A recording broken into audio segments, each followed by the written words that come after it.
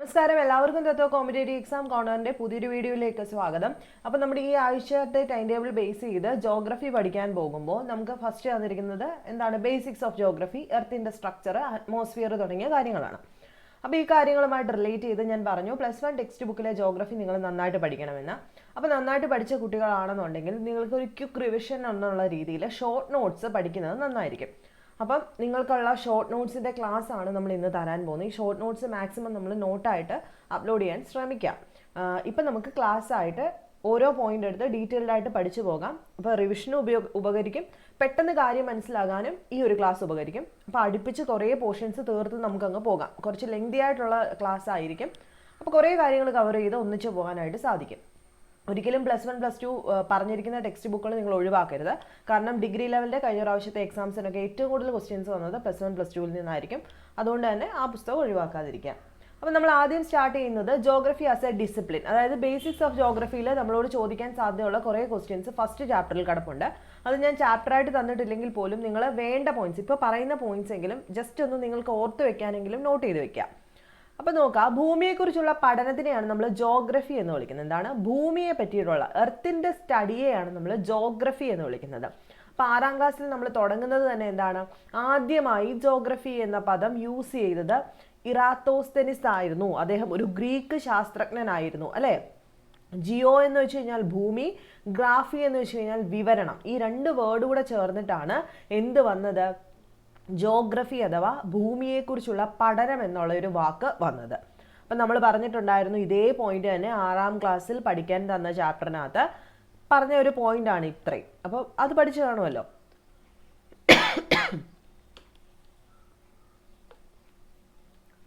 ഇനി പറയാൻ പോകുന്ന കാര്യങ്ങൾ ജസ്റ്റ് കേട്ട് വിടുക. ജോഗ്രഫിയെ നമ്മൾ പ്രധാനമായിട്ടും 2ആയിട്ട് തരംതിരിക്കുന്നു. ഒന്ന് സിസ്റ്റമാറ്റിക് ജോഗ്രഫി എന്നും 2 റീജിയണൽ ജോഗ്രഫി. എന്താ ഈ സിസ്റ്റമാറ്റിക് എന്ന് വെച്ച് കഴിഞ്ഞാൽ ഭൂമിയെ മൊത്തമായിട്ട് എടുത്തിട്ട് ഭൂമിയിലെ ഏതെങ്കിലും ഒരു ഘടകത്തെക്കുറിച്ച് മാത്രം വിശദമായി പഠിക്കുന്ന ശാസ്ത്രശാഖയെ നമ്മൾ സിസ്റ്റമാറ്റിക് ജോഗ്രഫി എന്ന് വിളിക്കും.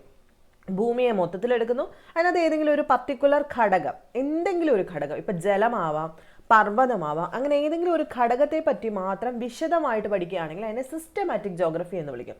ഹംബോൾട്ട് എന്ന ജർമ്മൻ ജിയോഗ്രഫറാണ് സിസ്റ്റമാറ്റിക് ജോഗ്രഫി എന്ന പദം ആദ്യമായി ഉപയോഗിച്ചത്. അപ്പോൾ അതും നോട്ട് ചെയ്ത് വെക്കാം. ഇനി എന്താണ് റീജിയണൽ ജോഗ്രഫി? ഭൂമിയെ ഓരോ പ്രദേശമായിട്ടെടുത്ത് ഓരോ പ്രദേശങ്ങളിലെയും വിവിധ ഭൂമിശാസ്ത്ര ഘടകങ്ങളെക്കുറിച്ച് വിശദമായി പഠിക്കുന്നതാണ് റീജിയണൽ ജോഗ്രഫി.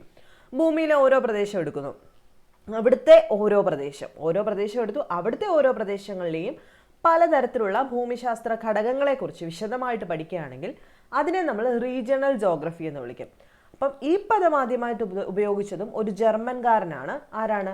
കാൾ റിറ്റർ ആണ് റീജിയണൽ ജോഗ്രഫി എന്ന പദം ആദ്യമായിട്ട് ഉപയോഗിക്കുന്നത്. അപ്പം 2 കാര്യങ്ങൾ കൃത്യമായിട്ട് പഠിക്കുക.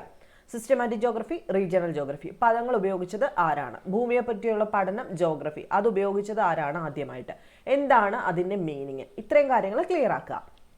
ഇനി നമ്മൾ റീജിയണൽ ജോഗ്രഫിയെ പ്രധാനമായിട്ടും 4ആയിട്ട് തരംതിരിക്കാം. എന്തൊക്കെയാണ്? Regional studies, regional planning, regional development, regional analysis. Just മനസ്സിലാക്കി വയ്ക്കുക. റീജിയണൽ സ്റ്റഡീസ് എന്ന് വെച്ച് കഴിഞ്ഞാൽ മാക്രോ, മീസോ, മൈക്രോ എന്നിങ്ങനെ പ്രദേശങ്ങളെക്കുറിച്ച് പഠിക്കുന്ന പഠനം.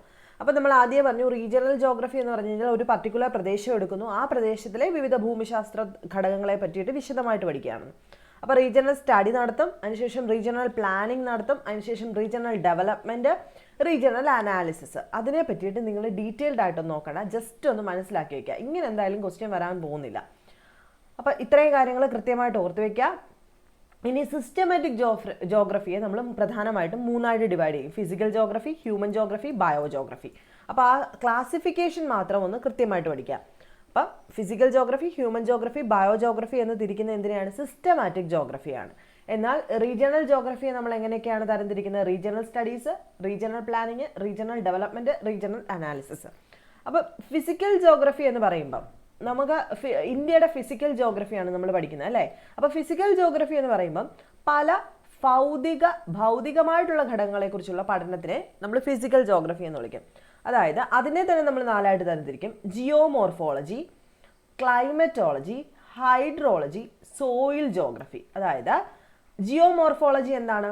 വിവിധ ഭൂരൂപങ്ങളെക്കുറിച്ചുള്ള പഠനം, അതാണ് ജിയോളജി എന്ന് പറയുന്നത് പോലെ തന്നെ ജിയോമോർഫോളജി.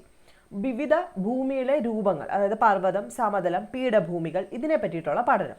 ക്ലൈമറ്റോളജി എന്താ? അന്തരീക്ഷത്തിന്റെ ഘടനയെക്കുറിച്ചും കാലാവസ്ഥയുടെ വിവിധ ഘട്ടങ്ങളെക്കുറിച്ചുമുള്ള പഠനം.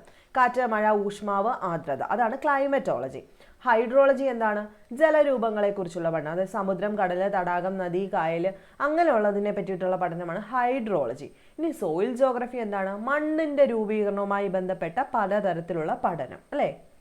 അപ്പോൾ ഇത്രയും എന്തിൻ്റെ അണ്ടറിൽ വരുന്നു? നമ്മുടെ സിസ്റ്റമാറ്റിക് ജോഗ്രഫിയുടെ ഫിസിക്കൽ ജോഗ്രഫിയുടെ അണ്ടറിൽ വരുന്നു. ഇനി ഹ്യൂമൻ ജോഗ്രഫി എന്ന് വെച്ച് കഴിഞ്ഞാൽ എന്താണ്? മനുഷ്യനും പരിസ്ഥിതിയും തമ്മിലുള്ള ബന്ധമുണ്ടല്ലോ, അതിനെ പറ്റിയിട്ടുള്ള പഠനമാണ് ഹ്യൂമൻ ജോഗ്രഫി. അത്രയും മനസ്സിലാക്കി വെച്ചാൽ മതി. അപ്പോൾ ഹ്യൂമൻ ജോഗ്രഫി എത്രയായിട്ട് തരംതിരിക്കാം? Social or cultural geography, population or settlement geography, economic geography, historical geography, political geography, ഇത്രയുമായിട്ട് ഡിവൈഡ് ചെയ്യാം. ഇനി ഓരോന്നിനെയും പറ്റിയിട്ട് നോക്കുന്ന സമയത്ത് അത്രയ്ക്ക് ഇമ്പോർട്ടൻ്റ് ആയിട്ട് നിങ്ങൾ നോക്കേണ്ട. ജസ്റ്റ് എത്ര ടൈപ്പ് ജോഗ്രഫി ഉണ്ടെന്ന് മാത്രം മനസ്സിലാക്കി. ഇപ്പോൾ basics of geography degree level വരുമ്പോഴത്തേക്ക് ചിലപ്പോൾ ഇതായിരിക്കാം അവർ ചോദിക്കാൻ പോകുന്നത്. അതുകൊണ്ടാണ് ഈ ഒരു ചാപ്റ്ററൂടെ ഇത്രയും ഡീറ്റെയിൽഡ് ആയിട്ട് പറയാമെന്ന് വെച്ചത്. അപ്പോൾ ഹ്യൂമൻ ജോഗ്രഫിയെ തന്നെ സോഷ്യൽ കൾച്ചറൽ ജോഗ്രഫി എന്തിരിക്കാം, പോപ്പുലേഷൻ ജോഗ്രഫി എന്തിരിക്കാം, ഹിസ്റ്റോറിക്കൽ, പൊളിറ്റിക്കൽ ജോഗ്രഫി, അങ്ങനെ പലതരത്തിൽ തിരിക്കാം. എക്കണോമിക് ജോഗ്രഫി, അങ്ങനെ തിരിക്കാം. ഇത്രയും കാര്യങ്ങളൊന്നും ഒന്ന് നോക്കണം കേട്ടോ. ബയോജോഗ്രഫി എന്ന് വെച്ച് കഴിഞ്ഞാൽ എന്താണ്? ഭൗതിക ഭൂമിശാസ്ത്രം, മാനവിക ഭൂമിശാസ്ത്രം തമ്മിലുള്ള ബന്ധത്തിന്റെ ഫലമായി വികാസം പ്രാപിച്ചതാണ് ബയോജോഗ്രഫി. അതിനകത്ത് തന്നെയാണ് പ്ലാന്റ് ജോഗ്രഫി, സുവോളജിയുമായിട്ട് ബന്ധപ്പെട്ട സുവോജോഗ്രഫി, എക്കോളജി, എൻവയോൺമെന്റൽ ജോഗ്രഫി. ഇത്രയുമാണ് എന്തിൻ്റെ അണ്ടറിൽ വരുന്നത്? ബയോജോഗ്രഫിയുടെ അണ്ടറിൽ വരുന്നത്. അപ്പോൾ ഇത്രയും കാര്യങ്ങൾ കൃത്യമായിട്ട് ഒരു നോട്ട് പോലെ ഒന്ന് ലിങ്ക് ചെയ്തൊന്ന് എഴുതി വെക്കാനായിട്ട് ശ്രദ്ധിക്കുക. അതായത് എത്ര ടൈപ്പ് ജോഗ്രഫി ഉണ്ടെന്നും ആ ടൈപ്പിനകത്ത് വരുന്ന സബായിട്ട് വരുന്ന കാര്യങ്ങൾ എന്താണെന്നും നോക്കി വയ്ക്കാം. ഇനി എന്താണ് ഫിസിക്കൽ ജോഗ്രഫി അഥവാ ഭൗതിക ഭൂമിശാസ്ത്രത്തിന്റെ പ്രാധാന്യം? മനുഷ്യന് വളരെ പ്രാധാന്യമുള്ള കരമണ്ഡലം, അതായത് കോണ്ടിനെന്റൽ പാർട്ട്, അന്തരീക്ഷം, ജലമണ്ഡലം, ജൈവമണ്ഡലം എല്ലാം കൂടെ ചേർത്തിട്ടാണ് നമ്മൾ ഭൗതിക ഭൂമിശാസ്ത്രം, ഫിസിക്കൽ ജോഗ്രഫി എന്ന് പറയുന്നത്. വിവിധങ്ങളായ ഭൂരൂപങ്ങൾ, കൃഷി, വ്യവസായം, ഗതാഗതം, വാർത്താവിനിമയം, വാസസ്ഥലങ്ങൾ എന്നിവയ്ക്ക് അടിത്തറ നൽകിയാണ് ഇത് പോകുന്നത്. പർവ്വതങ്ങൾ നദികളുടെ ഉത്ഭവസ്ഥാനമായും വനങ്ങൾ വിനോദസഞ്ചാര കേന്ദ്രങ്ങളായിട്ടുമാണ് നിലകൊള്ളുന്നത്. കാലാവസ്ഥ കൃഷിയെയും ജനങ്ങളുടെ ഭക്ഷണ, വസ്ത്ര, പാർപ്പിട രീതിയെയും സ്വാധീനിക്കുന്നു. സമുദ്രങ്ങൾ കാലാവസ്ഥയെ നിയന്ത്രിക്കുന്നതിനോടൊപ്പം ഭക്ഷണം പ്രദാനം ചെയ്യുകയും ജലഗതാഗതം സാധ്യമാക്കുകയും ചെയ്യുന്നു. ഇനിയും ജോഗ്രഫിയെ പറ്റിയിട്ട് പറഞ്ഞിട്ടുള്ള കുറച്ച് നിർവചനങ്ങൾ.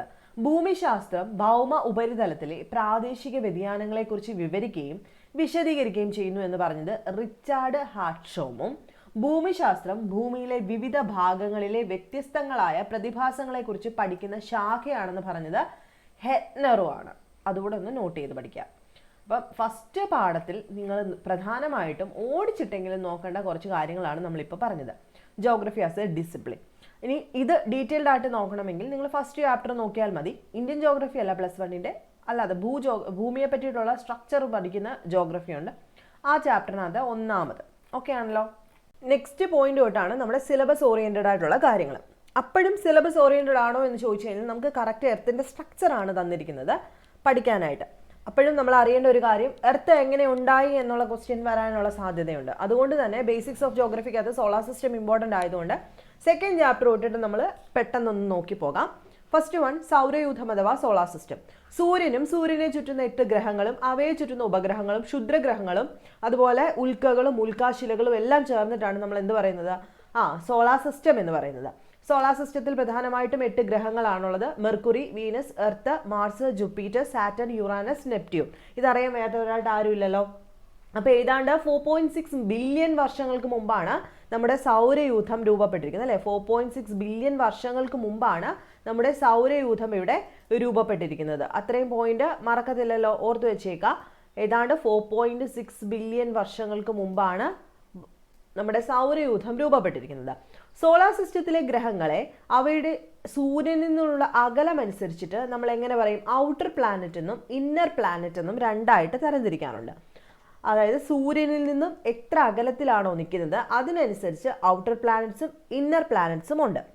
Difference between inner planets and outer planets. അപ്പോൾ എന്തൊക്കെയാണ് അതിൻ്റെ പേര്? മറ്റ് പേരുണ്ട്, നമ്മൾ കേട്ടിട്ടുണ്ട്. ടെറസ്ട്രിയൽ പ്ലാനറ്റ് എന്നും ജോവിയൻ പ്ലാനറ്റ് എന്നും, അല്ലേ? അപ്പം ഇന്നർ പ്ലാനറ്റിനെ അറിയപ്പെടുന്ന മറ്റൊരു പേരാണ് ടെറസ്ട്രിയൽ പ്ലാനറ്റ് എന്ന് വിളിക്കുന്നതാണ് ടെറസ്ട്രിയൽ പ്ലാനറ്റ്. അപ്പം ഇന്നർ പ്ലാനറ്റ് എന്ന് പറയുമ്പം സൂര്യനിൽ നിന്നും തൊട്ടടുത്ത് സ്ഥിതി ചെയ്യുന്ന ആൾക്കാരാണ് terrestrial planet. Mercury, Venus, Earth, Mars 4 ആൾക്കാർ സൂര്യനിൽ നിന്നും അടുത്ത് നിൽക്കുന്നവരാണ്. അവിടെ എന്താണ് സോളാർ വിൻഡ് അഥവാ സൗരക്കാറ്റ് എന്ന് പറയത്തില്ലേ, അത് വളരെ കൂടുതലായിരിക്കും. സൂര്യനോട് അടുത്ത് നിൽക്കുന്നത് കൊണ്ട് തന്നെ സൗരക്കാറ്റ് ഏറ്റവും കൂടുതൽ വീശുന്നത് ടെറസ്ട്രിയൽ പ്ലാനറ്റിലേക്കായിരിക്കും. മനസ്സിലാവുന്നുണ്ടോ? ഇത് വളരെ ചെറുതാണ്. ശിലകളുടെയും ലോഹങ്ങളുടെയും ഘടനയെല്ലാം കൂടെ രൂപപ്പെട്ടിരിക്കുന്ന ആൾക്കാരാണ് ഇന്നർ പ്ലാനറ്റ്സ് എന്ന് പറയുന്നത്. അപ്പോൾ ഒന്നുകൂടെ പറയാം, സൂര്യനിൽ നിന്നുള്ള അകലം അനുസരിച്ച് പ്രധാനമായിട്ടും ഗ്രഹങ്ങളെ 2ആയിട്ട് തരംതിരിക്കാം, ഇന്നർ പ്ലാനറ്റ്സും ഔട്ടർ പ്ലാനറ്റ്സും. ഇന്നർ പ്ലാനറ്റ്സ് അഥവാ ടെറസ്ട്രിയൽ പ്ലാനറ്റ്സ് എന്ന് വെച്ച് കഴിഞ്ഞാൽ സൂര്യനിൽ നിന്നും അടുത്ത് സ്ഥിതി ചെയ്യുന്ന ആൾക്കാരാണ് മെർക്കുറി, വീനസ്, എർത്ത്, മാർസ്. ഇനി ജുപ്പിറ്റർ, സാറ്റേൺ, യുറാനസ്, നെപ്റ്റ്യൂൺ എന്ന് പറയുന്നത് ജോവിയൽ പ്ലാനറ്റ് ആണ്. എന്ന് വെച്ച് കഴിഞ്ഞാൽ എന്താണ് സൂര്യനിൽ നിന്നും അകലെ അല്ലേ, സൂര്യനിൽ നിന്നും അകലെ സ്ഥിതി ചെയ്യുന്ന ആൾക്കാരാണ്. അപ്പം സോളാർ വിൻഡ് അഥവാ സൗരക്കാറ്റിൻ്റെ തീവ്രത വളരെ കൂടുതലാണ്, അതായത് തീവ്രത വളരെ കുറവാണ്. അതുപോലെ ഇവരെക്കാൾ, അതായത് നമ്മുടെ ടെറസ്ട്രിയൽ പ്ലാനറ്റിനേക്കാളും കുറച്ചുകൂടെ വലിപ്പം കൂടിയ ഗ്രഹങ്ങളാണ് ആര്, ഔട്ടർ പ്ലാനറ്റ്സ് എന്ന് പറയുന്നത്. ഇവിടെ ഏറ്റവും കൂടുതൽ കാണപ്പെടുന്നത് വാതകങ്ങളുടെ സ്ട്രക്ചർ ആയിരിക്കും അവിടെ ഏറ്റവും കൂടുതൽ ദൃശ്യമാകുന്നത്. അപ്പോൾ ഇത്രയും കാര്യങ്ങൾ കൃത്യമായിട്ട് ഓർത്തു വെച്ചേക്കുക, എല്ലാവർക്കും അറിയാവുന്നതുകൊണ്ട് വിട്ടേക്കാണ്. ഇനി എർത്ത് ഉണ്ടായതിനെ പറ്റിയിട്ടുള്ള ഏർലി തിയറീസ് ഏതൊക്കെയാണെന്ന് ചോദിക്കാം. നെബുലാർ ഹൈപ്പോത്തിസിസ്, ബൈനറി തിയറി, അതുപോലെ ഏറ്റവും കൂടുതൽ നമ്മൾ കേൾക്കുന്ന ഒരു കാര്യമാണ് ബിഗ് ബാങ് തിയറി എന്ന് പറയുന്നത്. അപ്പോൾ അതൊക്കെ ക്വസ്റ്റ്യൻ അത് വരാൻ സാധ്യത ഉള്ളതുകൊണ്ട് ജസ്റ്റ് എന്താണെന്നൊന്ന് പഠിച്ചു വയ്ക്കാം. നെബുലാർ ഹൈപ്പോത്തിസിസ് എന്ന് വെച്ച് കഴിഞ്ഞാൽ 1755 ജർമ്മൻ ഫിലോസഫർ ഇമാനുവൽ കാന്റ്, ഓർത്ത് വെച്ചേക്കുക, ഇമാനുവൽ കാന്റ് ആണ് ഈ തിയറി നെബുലാർ ഹൈപ്പോത്തിസിസ് ആവിഷ്കരിച്ചത്. വളരെ പതുക്കെ കറങ്ങിക്കൊണ്ടിരിക്കുന്ന വാതകങ്ങളുടെയും നീരാവിയുടെയും മേഘങ്ങളുടെയും മിശ്രിതത്തിനെയാണ് നമ്മൾ സോളാർ നെബുല എന്ന് വിളിക്കുന്നത്. എന്താണ്? വളരെ പതുക്കെ കറങ്ങിക്കൊണ്ടിരിക്കുന്ന വാതകങ്ങളുടെയും നീരാവിയുടെയും മേഘങ്ങളുടെയും മിശ്രിതമാണ്, മിക്സ്ചറിനെ നമ്മൾ സോളാർ നെബുല എന്ന് വിളിക്കും. 1796 ഗണിതശാസ്ത്രജ്ഞനായ ലാപ്ലേസ് ഹൈപ്പോത്തിസിസിനെ പരിഷ്കരിച്ചുകൊണ്ട് വളരെ പതുക്കെ കറങ്ങിക്കൊണ്ടിരിക്കുന്ന നെബുല അതിൻ്റെ കറക്കത്തിൻ്റെ വേഗത കൂടുകയും അതിൻ്റെ കേന്ദ്രങ്ങളിൽ നിന്നും വലയങ്ങളായി പൊട്ടിത്തെറിക്കുകയും ചെയ്തു. കാലക്രമേണ ഈ വലയങ്ങൾ ഘനീഭവിച്ച് ഗ്രഹങ്ങളും കേന്ദ്രഭാഗം സൂര്യനായി മാറുകയും ചെയ്തു എന്ന് പറഞ്ഞ ആളാണ് ലാപ്ലേസ് എന്ന് പറയുന്ന ശാസ്ത്രജ്ഞൻ. ഒന്നുകൂടെ, നെബുലാർ ഹൈപ്പോത്തിസിസ് പറയുന്നത് എന്താണ്? അത് കണ്ടെത്തിയ ഇമാനുവൽ കാന്റ് 1755 അദ്ദേഹം പറഞ്ഞ എന്താണ്? വളരെ പതുക്കെ കറങ്ങിക്കൊണ്ടിരിക്കുന്ന വാതകം, അതുപോലെ നീരാവി, മേഘങ്ങളുടെ എല്ലാത്തിൻ്റെയും കൂടെ മിശ്രിതം സോളാർ നെബുല എന്ന് പറയുന്ന സാധനമുണ്ട്. 796 ആയപ്പോഴത്തേക്കും ലാപ്ലേസ് ഇതിനെ ഒന്ന് പരിഷ്കരിച്ചു. അദ്ദേഹം പറഞ്ഞു നെബുല പതുക്കെ കറങ്ങിക്കൊണ്ടിരിക്കുകയായിരുന്നു, പെട്ടെന്ന് വേഗത കൂടുകയും അതിൻ്റെ കേന്ദ്രത്തിൽ നിന്നും വലയങ്ങളെല്ലാം പൊട്ടിത്തെറിച്ച് പല ഭാഗങ്ങളിലേക്ക് പോവുകയും കുറേ വർഷം കഴിഞ്ഞപ്പോൾ ഈ വലയങ്ങളെല്ലാം ഘനീഭവിച്ചിട്ട് എന്തായിട്ട് മാറി? ഗ്രഹങ്ങളും കേന്ദ്രം സൂര്യനായി മാറുകയും ചെയ്തു. അതാണ് അദ്ദേഹം കണ്ടെത്തിയ കണ്ടുപിടുത്തം. ഇനി സെക്കൻഡ് തിയറി ബൈനറി തിയറി എന്ന് പറയും. നെക്സ്റ്റ് വൺ ആയിരുന്നു ബൈനറി തിയറി. അത് ഏകദേശം 1900 ആയപ്പോഴേക്കും ഷാംബർലൈൻ, മോൾട്ടൺ എന്നിവർ മറ്റൊരു വാദഗതിയുമായിട്ട് മുന്നോട്ട് വന്നു. അതിന് പ്രകാരം മറ്റൊരു നക്ഷത്രത്തിന്റെ ആകർഷണ ഫലമായി സൗര ഉപരിതലത്തിൽ നിന്നും ചുരുട്ടിന്റെ ആകൃതിയിൽ വസ്തുക്കൾ പുറത്തേക്ക് വ്യാപിക്കുകയും തുടർന്ന് അവ വേർപെട്ട് സൂര്യനെ വലം വയ്ക്കാൻ ആരംഭിക്കുകയും ചെയ്തു. ഈ വസ്തുക്കൾ ഘനീഭവിച്ചതിലൂടെയാണ് ഗ്രഹങ്ങൾ രൂപപ്പെട്ടത് എന്നാണ് ഇവർ പറഞ്ഞത്. അപ്പോൾ ഒന്നുകൂടെ ഓർത്ത് വയ്ക്കുക, ബൈനറി തിയറിയുടെ തുടക്കം 1900 ഷാംബർലൈനും മോൾട്ടൺ എന്നിവരും ചേർന്നിട്ട് ഒരു വാദഗതിയുമായിട്ട് മുന്നോട്ട് വരുന്നു. അതിന് പ്രകാരം നക്ഷത്രത്തിന്റെ ആകർഷണ ഫലമായി, സ്റ്റാർ ആകർഷിക്കുന്നതിന്റെ ഫലമായിട്ട് എന്തു വന്നു? അതായത് സൗര ഉപരിതലത്തിൽ നിന്നും, സൂര്യന്റെ ഉപരിതലത്തിൽ നിന്നും ചുരുട്ടിന്റെ ആകൃതിയിലുള്ള വസ്തുക്കൾ പുറത്തേക്ക് വ്യാപിക്കുകയും അവ വേർപെട്ടിട്ട് സൂര്യനെ വലം വയ്ക്കാൻ തുടങ്ങുകയും ചെയ്യുന്നു. ഈ വസ്തുക്കളെല്ലാം ഘനീഭവിച്ചതിലൂടെ ഗ്രഹങ്ങൾ രൂപപ്പെട്ടെന്നാണ് ഇവർ പറഞ്ഞത്. ഇതുപോലെ ഇവരുടെ ഈ ഒരു വാദഗതിയെ James Jeans, sir Harold Jeffrey എന്നീ ശാസ്ത്രജ്ഞന്മാരെല്ലാം പിന്നീട് കുറേ വർഷങ്ങൾക്ക് ശേഷം പിന്താങ്ങുകയൊക്കെ ചെയ്തു. ഗ്രഹങ്ങളുടെ രൂപീകരണത്തിൽ സൂര്യനൊപ്പം മറ്റൊരു നക്ഷത്രത്തെ കൂടി അവതരിപ്പിക്കുന്ന വ്യത്യസ്ത വാദഗതികൾ അടങ്ങിയിട്ടുള്ള ഈ സിദ്ധാന്തങ്ങളെയാണ് നമ്മൾ ബൈനറി തിയറി എന്ന് പറയുന്നത്.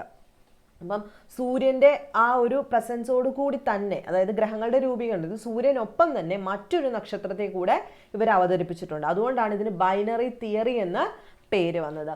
പിന്നെ ഏറ്റവും പ്രധാനമായിട്ടും ഓർക്കേണ്ട ഒരു കാര്യം എന്ന് പറയുന്നത്, ആധുനിക സിദ്ധാന്തത്തിലെ ഏറ്റവും എടുത്ത് പറയേണ്ടതാണ് മോഡേൺ തിയറിയിൽ ഒന്ന് ബിഗ് ബാങ് തിയറിയാണ്. അതെല്ലാവരും കേട്ടിട്ടുണ്ടായിരിക്കും. ബിഗ് ബാങ് തിയറി പൊട്ടിത്തെറിയോടുകൂടി വന്നതെന്ന് നമ്മൾ എപ്പോഴും പറയും അല്ലേ.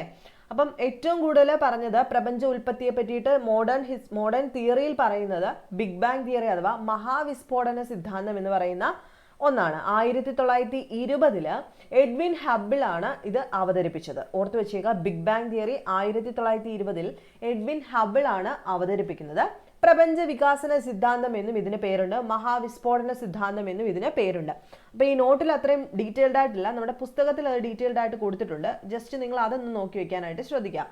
അതായത് പ്രപഞ്ചം സദാ വികസിച്ചുകൊണ്ടിരിക്കുന്നതായിട്ടും കാലാന്തരത്തിൽ നക്ഷത്ര സമൂഹങ്ങൾക്കിടയിലെ അകലം വർദ്ധിച്ചു വരുന്നതായിട്ടും, അത് എപ്പോഴും നമ്മുടെ പ്രപഞ്ചം എന്ന് പറയുന്നത് എപ്പോഴും ഇങ്ങനെ വികസിച്ചുകൊണ്ടിരിക്കുകയാണെന്നും അത് വർഷങ്ങൾ കഴിയുമ്പോൾ നക്ഷത്ര സമൂഹത്തിനിടയിലെ അകലം, നക്ഷത്രങ്ങൾ തമ്മിലുള്ള അകലം വർദ്ധിച്ചു വരുന്നതായിട്ടും ഹബിള് പറഞ്ഞിട്ടുണ്ടായിരുന്നു.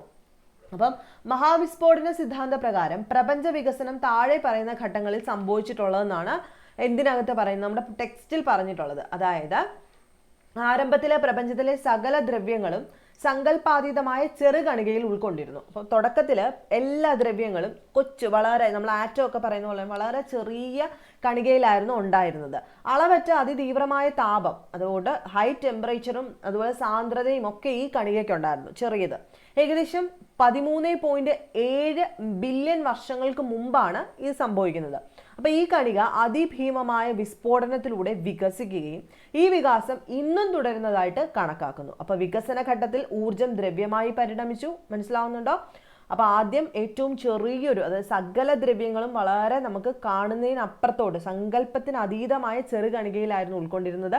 അതിന് ഏറ്റവും കൂടുതൽ ടെമ്പറേച്ചറും സാന്ദ്രതയും ഒക്കെ ഈ ഒരു കണികയ്ക്ക് ഉണ്ടായിരുന്നു. കുറേ വർഷം കഴിഞ്ഞപ്പോൾ, ഏകദേശം 13.7 ശതകോടി വർഷങ്ങൾക്ക് മുമ്പ് ഇത് പൊട്ടിത്തെറിക്കുകയും അങ്ങനെ പ്രപഞ്ചം ഉണ്ടായി എന്നുള്ള ഒരു വാദഗതിയാണ് ഈ ബിഗ് ബാങ് തിയറി എന്ന് പറയുന്നത്. മനസ്സിലാവുന്നുണ്ടോ? അപ്പോൾ ആ ഒരു കാര്യം ആരാണ് കൊണ്ടുവന്നതെന്നായിരിക്കും നമ്മളോട്. എഡ്വിൻ ഹബിൾ ആണ് 1920. ഇത്രയും കാര്യങ്ങൾ ഓർത്തു വെച്ചേക്കാം. അപ്പോൾ ഈ ഒരു പൊട്ടിത്തെറിയിലൂടെ അതായത് വികസിച്ചെന്നും വികസന ഘട്ടത്തിൽ ഊർജം ദ്രവ്യമായി പരിണമിച്ചെന്നും വിസ്ഫോടനത്തിന്റെ ആദ്യ മാത്രയിൽ ത്വരിതമായ വികാസം ഉണ്ടായെങ്കിലും പിന്നീട് വികാസ വേഗം കുറഞ്ഞു വന്നു. മഹാവിസ്ഫോടനത്തിന്റെ ആദ്യ 3 മിനിറ്റ് സമയം കൊണ്ട് ദ്രവ്യത്തിന്റെ ഏറ്റവും ചെറിയ രൂപമായിട്ടുള്ള ആദ്യ ആറ്റം ഉടലെടുത്തു എന്നുമാണ് പറയുന്നത്. മനസ്സിലാവുന്നുണ്ടോ? മഹാവിസ്ഫോടനത്തിന് ശേഷം ഏകദേശം 3 ലക്ഷം വർഷങ്ങൾ പിന്നിട്ടപ്പോൾ താപനില 4500 കെൽവിനിൽ താഴെയാവുകയും അങ്ങനെ കുറഞ്ഞതുകൊണ്ട് കൂടുതൽ ദ്രവ്യ രൂപീകരണം സംഭവിക്കുകയും പ്രപഞ്ചം സുതാര്യമാകുകയും ചെയ്തു എന്നാണ് ബിഗ് ബാങ് തിയറി പറയുന്നത്.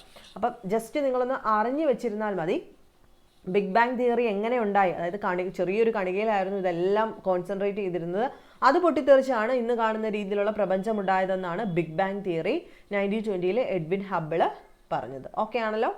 ഇനി അടുത്ത നെക്സ്റ്റ് നോക്കാം, സ്റ്റഡി സ്റ്റേറ്റ് ഹൈപ്പോത്തിസിസ്. അതെന്താ? പ്രപഞ്ചത്തിന്റെ വ്യാപ്തം കൊണ്ട് അർത്ഥമാക്കുന്നത് ഗാലക്സികൾ തമ്മിലുള്ള അകലം കൂടുക എന്നതാണ്. എന്നാൽ ഈ സങ്കല്പത്തിനെതിരായി ഹോയിൽസ് അവതരിപ്പിച്ച സിദ്ധാന്തമാണ് സ്റ്റഡി സ്റ്റേറ്റ് ഹൈപ്പോത്തിസിസ്. അപ്പം ഇത് പ്രകാരം പ്രപഞ്ചം ഒരിക്കലും വികസിക്കുന്നില്ല, അത് എപ്പോഴും ദൃഢമായി തന്നെ സ്ഥിതി ചെയ്യുന്നു. ആധുനിക യുഗത്തിലെ ശാസ്ത്രജ്ഞന്മാർ സ്റ്റഡി സ്റ്റേറ്റ് ഹൈപ്പോത്തിസിസ് അപേക്ഷിച്ച് ബിഗ് ബാങ് തിയറിയാണ് കൂടുതലും പിന്താങ്ങുന്നത്. ആ ഒരു പോയിന്റ്, അതായത് സ്റ്റഡി സ്റ്റേറ്റ് ഹൈപ്പോത്തിസിസിനേക്കാളും മോഡേൺ സയന്റിസ്റ്റുമാർ ബിഗ് ബാങ് തിയറിയെ കൂടുതൽ പിന്താങ്ങുന്നു. അത് സ്റ്റേറ്റ്മെന്റ് വന്നാലും കറക്റ്റായിട്ട് എഴുതിക്കോളുക. അതുപോലെ നക്ഷത്ര രൂപീകരണമാണ് നെക്സ്റ്റ് അതിനകത്ത് പറയുന്നത്.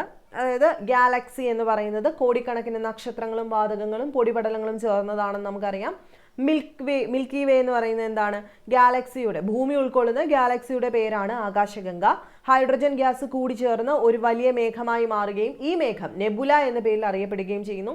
ഈ നെബുല കാലക്രമേണ വികസിക്കുകയും അവയിൽ സ്റ്റാർസ് രൂപം കൊള്ളുകയും ചെയ്തു എന്നതാണ് നക്ഷത്രങ്ങളുടെ രൂപീകരണവുമായി ബന്ധപ്പെട്ട ഏറ്റവും വലിയ വാദഗതി. അപ്പോൾ 5-6 ബില്യൺ വർഷങ്ങൾക്ക് മുമ്പാണ് സ്റ്റാറുകൾ രൂപം കൊണ്ടതെന്ന് നമ്മൾ വിശ്വസിക്കുന്നു.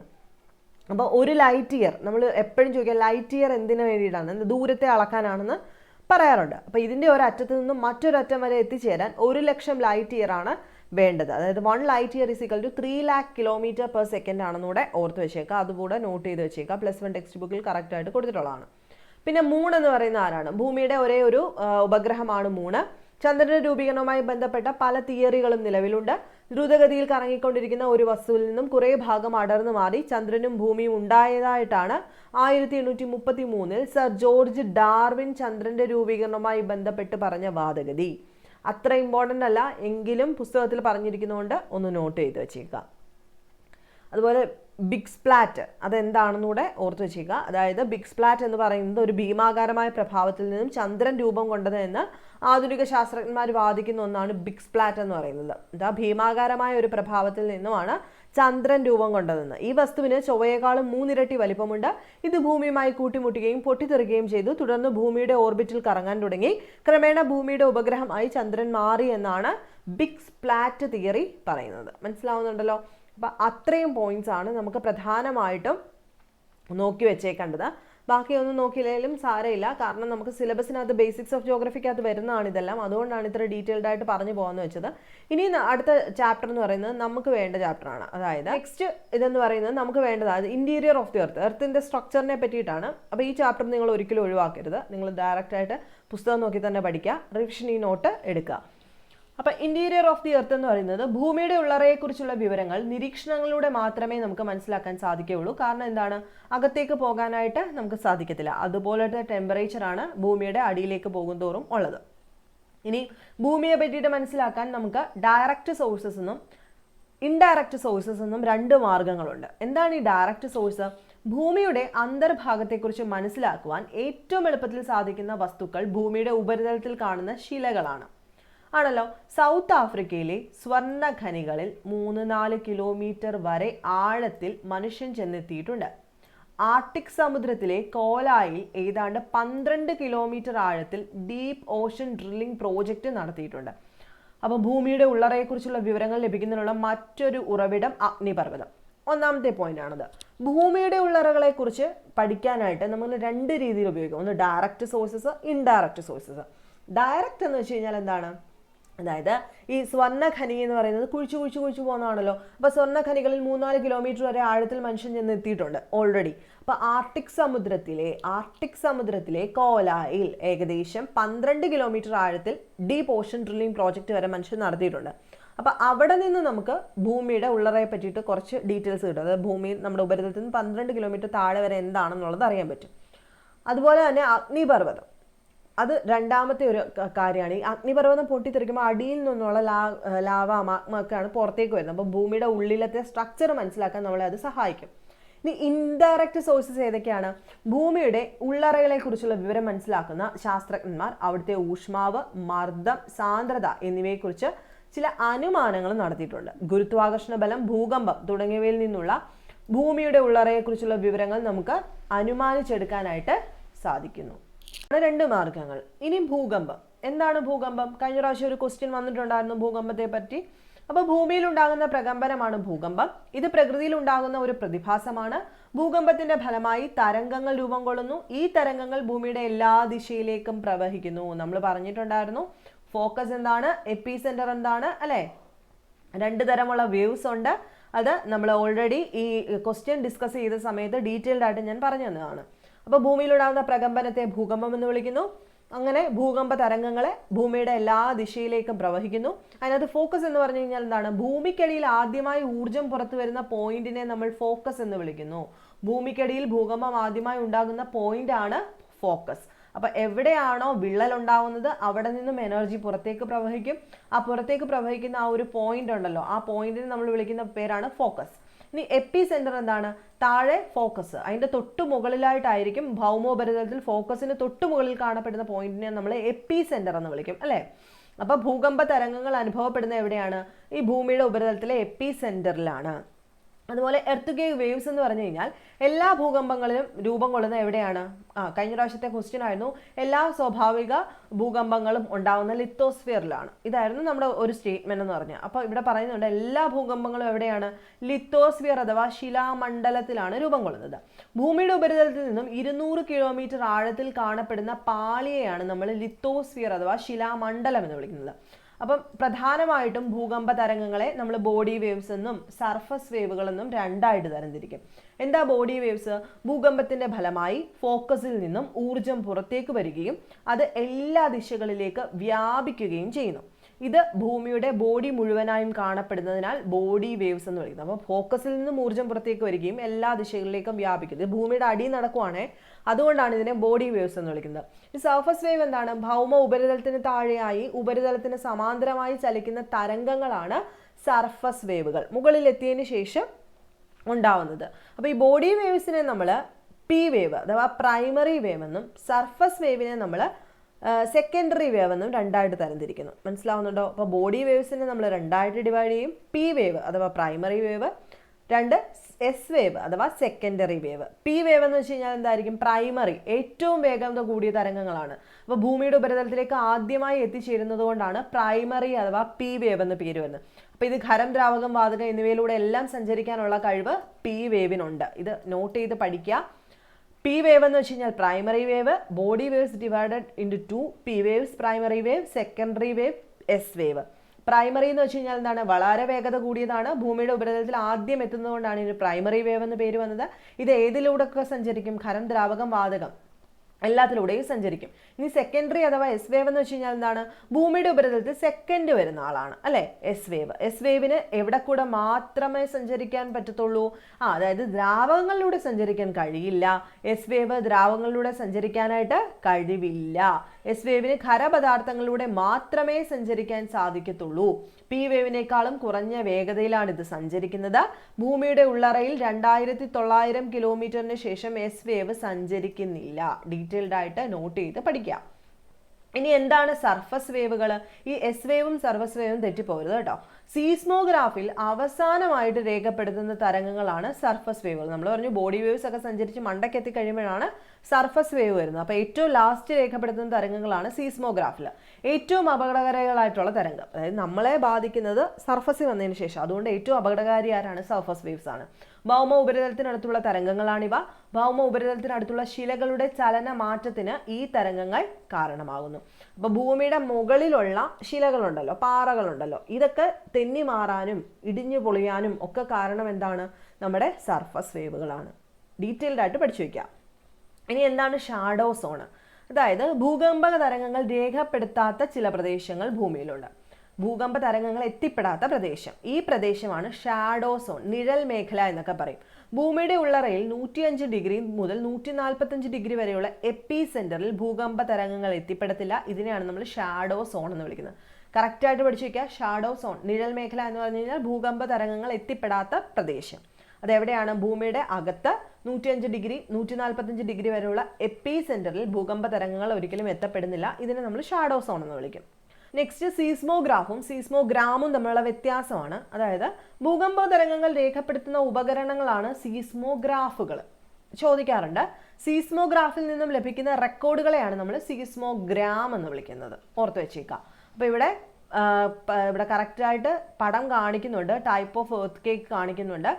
അതായത് ഭൂകമ്പത്തെ നമ്മൾ 5ആയിട്ട് തരംതിരിക്കുന്നു. കാണിക്കുന്നുണ്ടോ? ഇവിടെ ജസ്റ്റ് നിങ്ങൾ ആ പുസ്തകം എടുത്തൊന്ന് നോക്കണം കേട്ടോ. ഷാഡോ സോൺസും അതുപോലെ ഷാഡോ സോൺ ഈ ഒരു 145 ഡിഗ്രി 105 ഡിഗ്രി ഇതാണ് ഷാഡോ സോൺ. അപ്പോൾ അവിടെ ഭൂകമ്പ തരംഗങ്ങൾ ഉണ്ടാവാറില്ലെന്നാണ് പറഞ്ഞത്. അപ്പോൾ ഈ ചിത്രം തന്നിട്ട് വേണമെങ്കിൽ നമുക്ക് പ്രിലിമിനറിക്കോ മെയിൻസിനോ ഒക്കെ ചോദിക്കാൻ സാധ്യതയുണ്ട്. അടുത്ത ടൈപ്സ് ഓഫ് എർത്ത് കേക്ക്. ഭൂകമ്പങ്ങളെ നമുക്ക് 5ആയിട്ട് തരംതിരിക്കാം. എന്തൊക്കെയാണ്? Tectonic earthquakes, volcanic earthquakes, collapse earthquakes, അതുപോലെ explosion earthquakes, included earthquake. എന്തൊക്കെയാണ്? അതായത് ടെക്ടോണിക് എന്ന് പറയുമ്പോൾ നമ്മൾ ടെക്ടോണിക് പ്ലേറ്റുകൾ പഠിക്കാറുണ്ട്. ഫലക ഭൂകമ്പങ്ങൾ അല്ലെ, ഭൂമിയുടെ ശിലകൾക്ക് സ്ഥാനമാറ്റം സംഭവിക്കുന്നതിന്റെ ഫലമായി രൂപം കൊള്ളുന്ന ഭൂകമ്പമാണ് ടെക്ടോണിക് എർത്ത് കേക്ക്. ഭൂമിയിൽ സാധാരണയായി ഉണ്ടാകുന്ന ഭൂകമ്പങ്ങളെല്ലാം തന്നെ എന്താണ്? ടെക്ടോണിക് എർത്ത് കേക്ക്സ് ആണ്. ഇനി വോൾക്കാനിക് എന്താണ്? ഒരു പ്രത്യേക തരത്തിൽ കാണപ്പെടുന്ന ഭൂകമ്പങ്ങളാണിത്.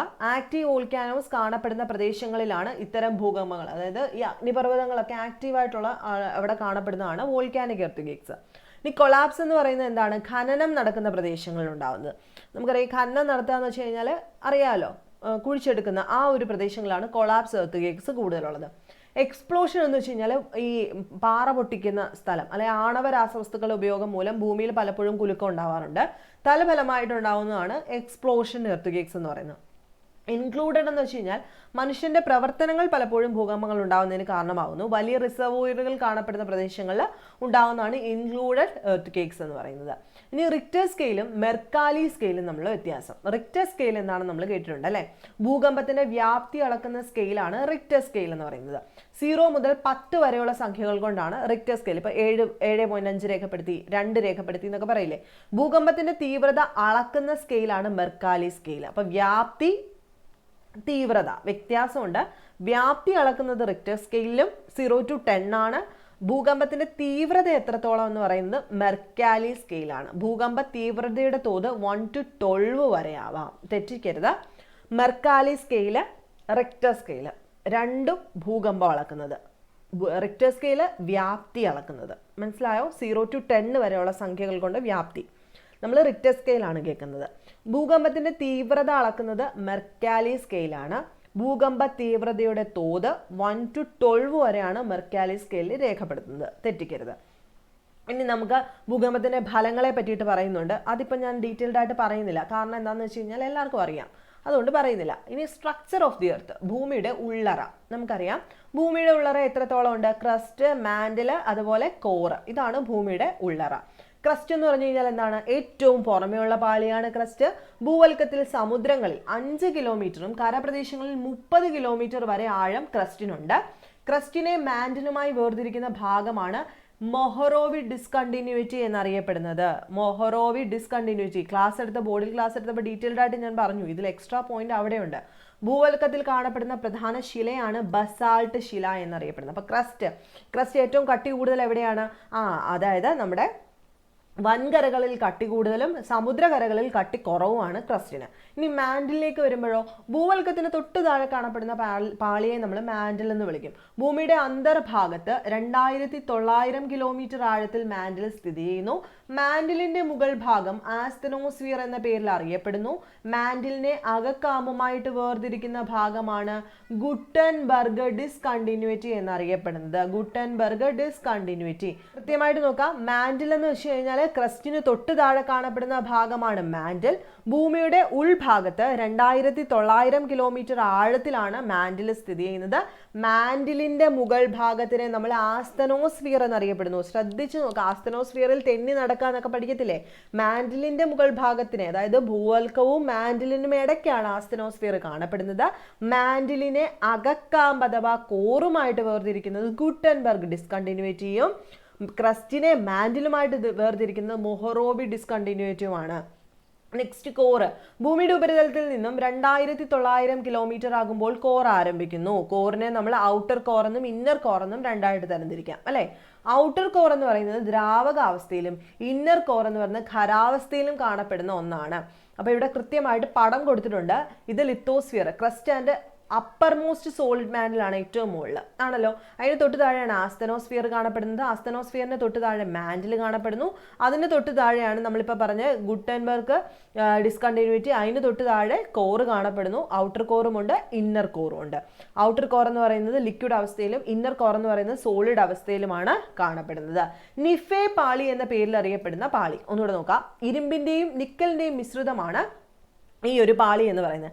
ഇരുമ്പും നിക്കലും, അല്ലെ? ഇരുമ്പും നിക്കലും, Fe ഇരുമ്പ്, നിക്കൽ Ni എന്ന പാളി, ഈ നിഫെ എന്നാണ് ഈ പാളി അറിയപ്പെടുന്നത്, അല്ലെ? ഈ പാളി ഭൂമിയുടെ അന്തർഭാഗത്ത് 5100ഓളം കിലോമീറ്റർ ആഴത്തിൽ ഔട്ടർ കോറ് കാണപ്പെടുന്നു. കൃത്യമായിട്ട് നോക്കി വെച്ചേക്കണം. നമുക്ക് കറക്റ്റായിട്ട് പഠിച്ചു വെക്കേണ്ട ഒരു പോർഷനാണിത്. ബോർഡിലെ ക്ലാസ് കണ്ടിട്ടില്ലാത്തവർ അതൊന്ന് കാണുക. ഡീറ്റെയിൽഡ് ആയിട്ട് ഞാൻ പ്രിപ്പയർ ചെയ്ത് അന്ന് എടുത്തതാണ് കേട്ടോ. അടുത്ത volcanoes and volcanic land forms, അതുകൂടെ നോക്കാം. വാതകങ്ങൾ, തീപ്പൊരി, ഉരുകിയ ശിലാദ്രവം എന്നിവ ഭൂമിയുടെ അന്തർഭാഗത്തു നിന്നും പുറത്തു വരുന്നതാണ് അഗ്നിപർവ്വതം. അറിയാമല്ലോ, മാഗ്മയും ലാവയും ഒക്കെ. അഗ്നിപർവ്വതങ്ങളെ അവയുടെ സ്വഭാവത്തിന്റെ അടിസ്ഥാനത്തിൽ 5 ആയിട്ട് ഡിവൈഡ് ചെയ്യാം. നോക്കാം. Shield volcanoes. പൊതുവെ സ്ഫോടനാത്മകത കുറഞ്ഞതാണ് ഷീൽഡ് വോൾക്കാനോസ്. ഏറ്റവും വിസ്തൃതമായിട്ടുള്ള അഗ്നിപർവ്വതം. ഹവായ് ദ്വീപിലെ അഗ്നിപർവ്വതം എക്സാമ്പിൾ ആണ്. ഇനി കോമ്പോസിറ്റ് വോൾക്കാനോസോ, ബസാൾട്ടിനേക്കാളും ചൂട് കുറഞ്ഞതും കട്ടിയുള്ളതുമായ ലാവയാണ് കോമ്പോസിറ്റ് അഗ്നിപർവ്വതങ്ങൾ. പൊതുവെ സ്ഫോടനാത്മകത കൂടുതലാണ് കോമ്പോസിറ്റ് വോൾക്കാനോയ്ക്ക്. അത് കാൽഡറ, ഏറ്റവും വിസ്ഫോടനകരമായ അഗ്നിപർവ്വത മുഖം തകർന്നടിഞ്ഞ് രൂപപ്പെടുന്ന വിശാല ഗർത്തങ്ങളെയാണ് കാൽഡറ എന്ന് വിളിക്കുന്നത്. അത് ഫ്ലഡ് ബസാൾട്ട് പ്രോവിൻസസ്, അതായത് കൂടുതൽ ദ്രവസ്വഭാവമുള്ള ലാവ കൂടുതൽ രൂപത്തിലേക്ക് പരക്കുന്നു എന്നതാണ് ഇവയുടെ സവിശേഷത. ഇന്ത്യയിലെ മഹാരാഷ്ട്രയിലെ ഡക്കാൻ ട്രാപ്പ് മേഖല ഫ്ലഡ് ബസാൾട്ട് പ്രോവിൻസസിന് ഉദാഹരണമാണ്. അഗ്നിപർവ്വത രൂപങ്ങൾ അഥവാ വോൾക്കാനിക് ലാൻഡ് ഫോംസ് അതെന്തൊക്കെയാ? അതായത് അഗ്നിപർവ്വത രൂപങ്ങൾ, വോൾക്കാനിക് ലാൻഡ് ഫോംസ്, ആന്തരാഗ്നേയ രൂപങ്ങൾ അഥവാ ഇൻട്രൂസീവ് ലാൻഡ് ഫോംസ്. അഗ്നിപർവ്വത സ്ഫോടനത്തിന്റെ ഫലമായി പുറത്തു വരുന്ന ലാവ തണുത്തുറഞ്ഞ് രൂപം കൊള്ളുന്ന ശിലകളാണ് ആഗ്നേയ ശിലകൾ. അപ്പൊ ശിലകൾ നമ്മൾ പഠിക്കാൻ തന്നിട്ടുണ്ട്. അതിനെ പറ്റിയിട്ടാണ് ഇവിടെ ഒരു ഇൻട്രൊഡക്ഷൻ ഉള്ളത്. അഗ്നിപർവ്വത സ്ഫോടനത്തിന്റെ ഫലമായിട്ട് പുറത്തു വരുന്ന ലാവ തണുത്തുറഞ്ഞ് രൂപം കൊള്ളുന്നതാണ് ആഗ്നേയശിലകൾ. ലാവ തണുത്തുറഞ്ഞ സ്ഥലത്തെ അടിസ്ഥാനമാക്കി അവയെ രണ്ടായിട്ട് തരംതിരിക്കാം: വോൾക്കാനിക് റോക്ക്, പ്ലൂട്ടോണിക് റോക്ക്. ഈ വോൾക്കാനിക് റോക്ക് എന്ന് വെച്ച് കഴിഞ്ഞാൽ എന്താണ്? ഭൗമോപരിതലത്തിൽ വെച്ച് ലാവ തണുത്തുറഞ്ഞ് രൂപം കൊള്ളുന്ന ശിലകളാണ് വോൾക്കാനിക് റോക്ക്. പ്ലൂട്ടോണിക് എന്ന് പറഞ്ഞു കഴിഞ്ഞാൽ ഭൂവൽക്കത്തിനിടയിൽ വെച്ച് മാഗ്മ തണുത്തുറഞ്ഞ് രൂപം കൊള്ളുന്ന ശിലകളാണ് പ്ലൂട്ടോണിക് റോക്ക്. അടുത്ത് നോക്കുക, ലാക്കോലിത്ത് എന്ന് വെച്ച് കഴിഞ്ഞാൽ എന്താണ്? അഗ്നിപർവ്വതജന്യമായ മകുടങ്ങൾ പോലെ ഭൂവൽക്കത്തിനുള്ളിൽ കാണപ്പെടുന്ന ആന്തരാഗ്നേയ ശിലകളാണ് ലാക്കോലിത്തുകൾ എന്നറിയപ്പെടുന്നത്. പഠിച്ചു വെക്കണം കേട്ടോ. അടുത്തത് ബാത്തോലിത്ത്. അതായത് ബാത്തോലിത്ത് എന്ന് വെച്ച് കഴിഞ്ഞാൽ ഭൂവൽക്കത്തിന് അടിയിൽ വെച്ച് ശിലാദ്രവം തണുത്തുറഞ്ഞ് രൂപം കൊള്ളുന്നതാണ് വലിയ ആഗ്നേയ രൂപങ്ങളായ ബാത്തോലിത്തുകൾ. ലാപ്പോലിത്ത് എന്ന് വെച്ച് കഴിഞ്ഞാൽ എന്താണ്? കോൺകേവ് ആകൃതിയിൽ രൂപപ്പെടുന്ന ആഗ്നേയ അന്തർവേദ ശിലകളാണ്. അടുത്തത് ഫാക്കോലിത്ത് എന്ന് വെച്ച് കഴിഞ്ഞാൽ എന്താണ്? തരംഗ രൂപത്തിൽ ശിലാദ്രവം തണുത്തുറഞ്ഞ് രൂപപ്പെടുന്ന ആഗ്നേയ അന്തർവേദ ശിലകളാണ് ഫാക്കോലിത്തുകൾ. അടുത്തത് സിൽ ഓർ ഷീറ്റ്. അതായത് തിരശ്ചീനമായി കാണപ്പെടുന്ന അന്തർവേദ ശിലകളാണ് സില്ല് ഓർ ഷീറ്റ്. ഇവയിൽ കട്ടിയില്ലാത്തവ ഷീറ്റ് എന്നും കട്ടിയുള്ളവയെ സില്ലെന്നും അറിയപ്പെടുന്നു. അടുത്ത ഡൈക്സ് എന്ന് വെച്ച് കഴിഞ്ഞാൽ ശിലാദ്രവം തണുത്തുറഞ്ഞ് ഭിത്തികൾക്ക് സമാനമായ ആന്തരാഗ്നേയ രൂപങ്ങളാണ് ഡൈക്സ് എന്ന് വിളിക്കുന്നത്. അപ്പം ഇതും കൂടെ നിങ്ങൾ ജസ്റ്റ് ഒന്ന് നോക്കി വയ്ക്കാനായിട്ട് ശ്രദ്ധിക്കുക കേട്ടോ. അപ്പോൾ പുസ്തകത്തിനകത്ത് ഡീറ്റെയിൽഡ് ആയിട്ട് ഇതെല്ലാം കൊടുത്തിട്ടുണ്ട്. അപ്പം നമ്മൾ ഈ ഒരു ക്ലാസ് ഇവിടെ നിർത്തുകയാണ്. ഇത് നിങ്ങൾക്ക് ഉപകാരപ്പെടുന്നുണ്ടെങ്കിൽ നിങ്ങൾ കമൻറ്റ് ചെയ്യുക. നമുക്ക് താഴെ ബാക്കി കൂടെ കംപ്ലീറ്റ് ചെയ്യാനായിട്ട് ശ്രമിക്കാം. അപ്പോൾ പഠനമൊക്കെ നല്ല രീതിയിൽ പോകുന്നെന്ന് വിചാരിക്കുന്നു. നിങ്ങൾക്ക് എന്തെങ്കിലും സംശയം ഉണ്ടെങ്കിൽ ഒന്നെങ്കിൽ നിങ്ങൾക്ക് ടെലഗ്രാമിൽ ചോദിക്കാം, അല്ല എന്നുണ്ടെങ്കിൽ കമൻറ്റ് ബോക്സിൽ ചോദിച്ചാൽ മതി. അപ്പോൾ വീഡിയോസ് ഇഷ്ടമാകുന്നുണ്ടെങ്കിൽ ലൈക്ക് ചെയ്യുക, ഷെയർ ചെയ്യുക, സബ്സ്ക്രൈബ് ചെയ്യുക. നെക്സ്റ്റ് വീഡിയോയിൽ കാണുന്ന